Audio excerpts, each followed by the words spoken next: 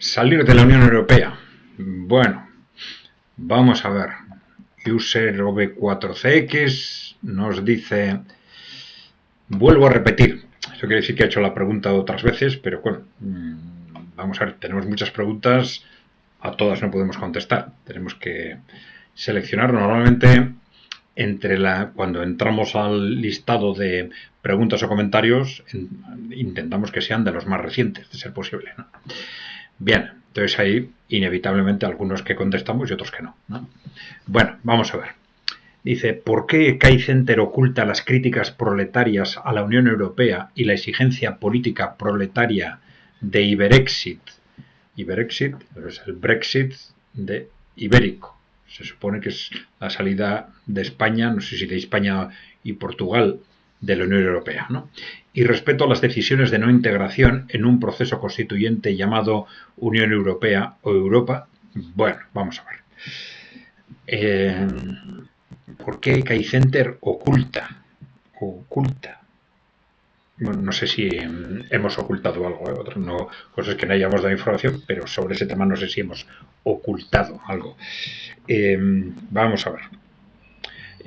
Ya hemos dicho que Europa, desde nuestro punto de vista, sí tiene una configuración histórica común, y además los países europeos ahora en el mundo en su conjunto son lo suficientemente pequeños como para que tenga sentido dotarse de estructuras comunes para determinados fines, con una configuración u otra. También hemos dicho otras veces que la Unión Europea, bueno, en realidad los primeros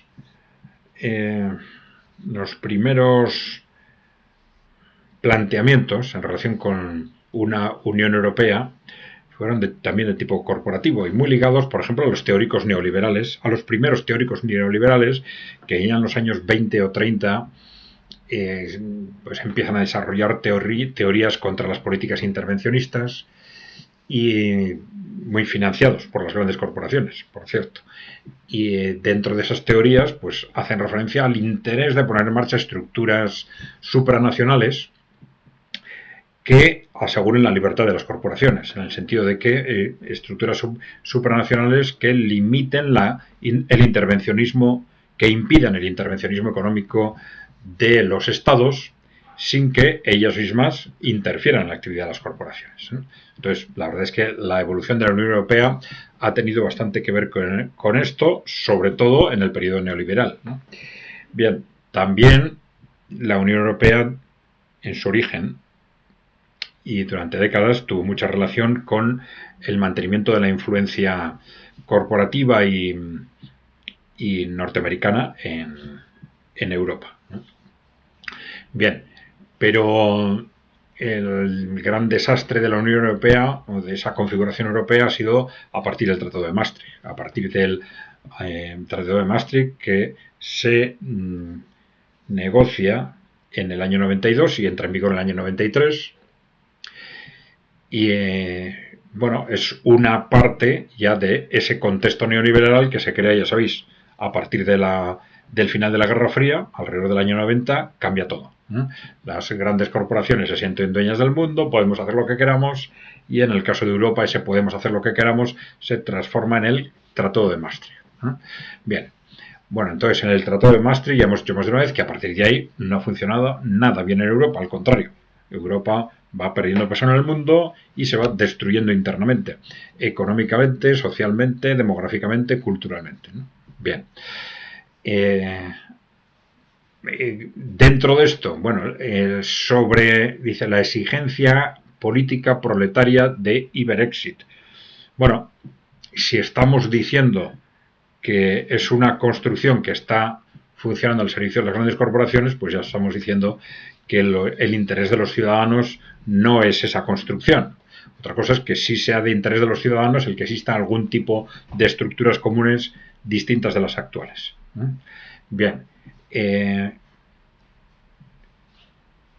También es cierto que claro, esos planteamientos de salida de la Unión Europea tienen que tener en cuenta en ese momento qué es, si estamos hablando de España, qué es España y qué es Europa.